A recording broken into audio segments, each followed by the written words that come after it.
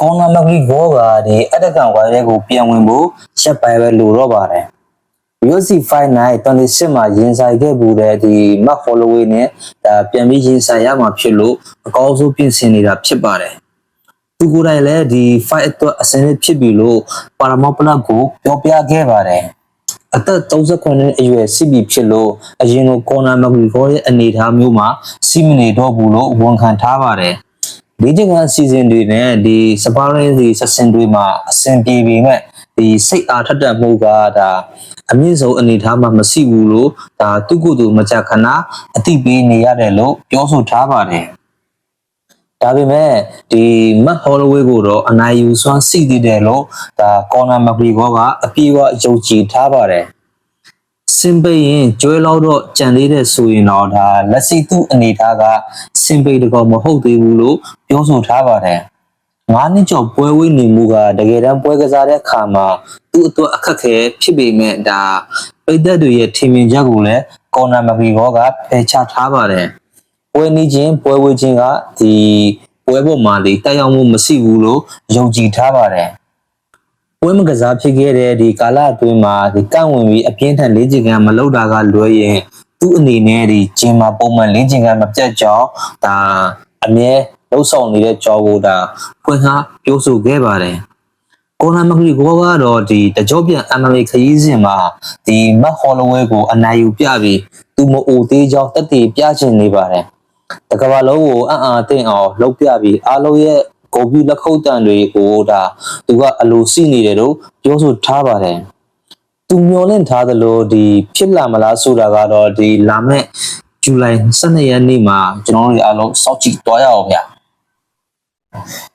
နောက်ပြီးဒီခန်းစချီမာရဲ့ဒီပထမဆုံးစုံပွဲအတွက်ဂျုံဂျုံရဲ့အကြံပေးစကားကိုလည်းဒါတင်ဆက်ပေးပါမယ်ခန်းစချီမာကစုံပွဲမရှိမှတ်တမ်းမျိုးနဲ့ဒီ Middleweight Champion ကပတ်ကြီးကိုတိမ့်တိုက်နိုင်ခဲ့ပေမဲ့ဒီပထမဆုံးကပတ်ကကွယ်ပွဲကိုတော့ဒီအောင်မြင်အောင်မစွမ်းဆောင်နိုင်ခဲ့ပါဘူး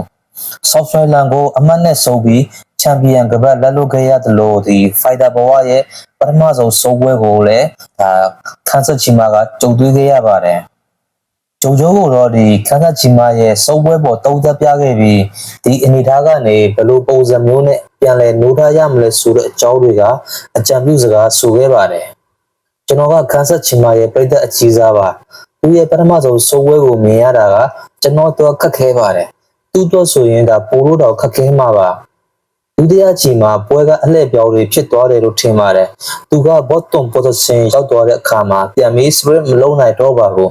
တိုင်ဘက်တိုင်းကိုအမြဲတမ်း top position အနေထားကနေဒီ PRB ကစားခဲ့တဲ့သူအတွက်ဒီ South Island နဲ့ပွဲမှာဒီလိုအနေထားရောက်သွားတာကသူ့အတွက်ခက်ခဲသွားစေပါတယ်နောက်ဆိုတော့ဒါယုံကြည်မှုကပျောက်ဆုံးသွားခဲ့တဲ့ပုံဖြစ်သွားပါတယ်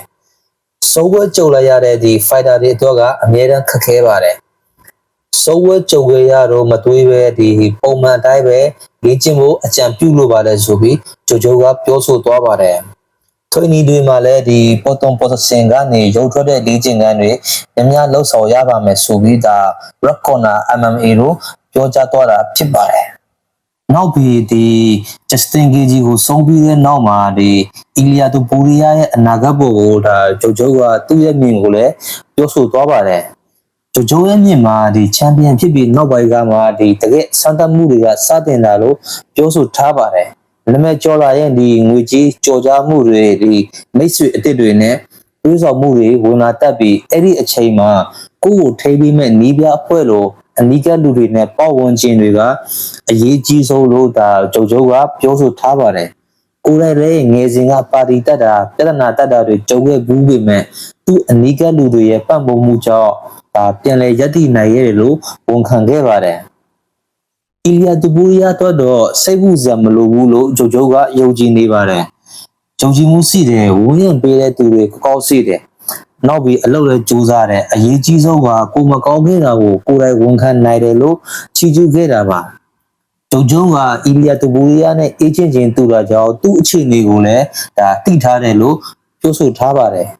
ဂျုံဂျုံရဲ့မြင့်မှာစင်ကျင်ပေးတဲ့ fighter တွေကဒါဒီပြန်လာဖို့ခက်တယ်ကိုမားတာကိုကိုယ်တိုင်လက်ခံပြီးပြင်ဆင်နိုင်တဲ့သူကဒါပိုကောင်းတဲ့အနေအထားနဲ့ပြန်လာနိုင်တယ်လို့အလေးပေးပြောဆိုခဲ့ပါတယ် တချို့ကအီလီယာတူပူရီယာရဲ့မျက်လုံးကိုထိခဲ့တာကြောင့်ဆုံးတာလို့ပြောခဲ့ပေမဲ့ဒီဂျိုဂျိုကတော့အကြောင်းပြချက်ထက်ကို့အမှားကိုဒါကိုမြင်နိုင်ဖို့ကပိုအရေးကြီးတယ်လို့ယူဆထားပါတယ်။အီလီယာတူပူရီယာကဒီအဆုံးကနေတင်ကန်းစာယူပြီးအရင်လိုပြန်လာနိုင်မလားဆိုတာတော့ဒီလာမယ့်ပွဲတွေကပဲအဖြေပေးသွားမှာဖြစ်ပါတယ်။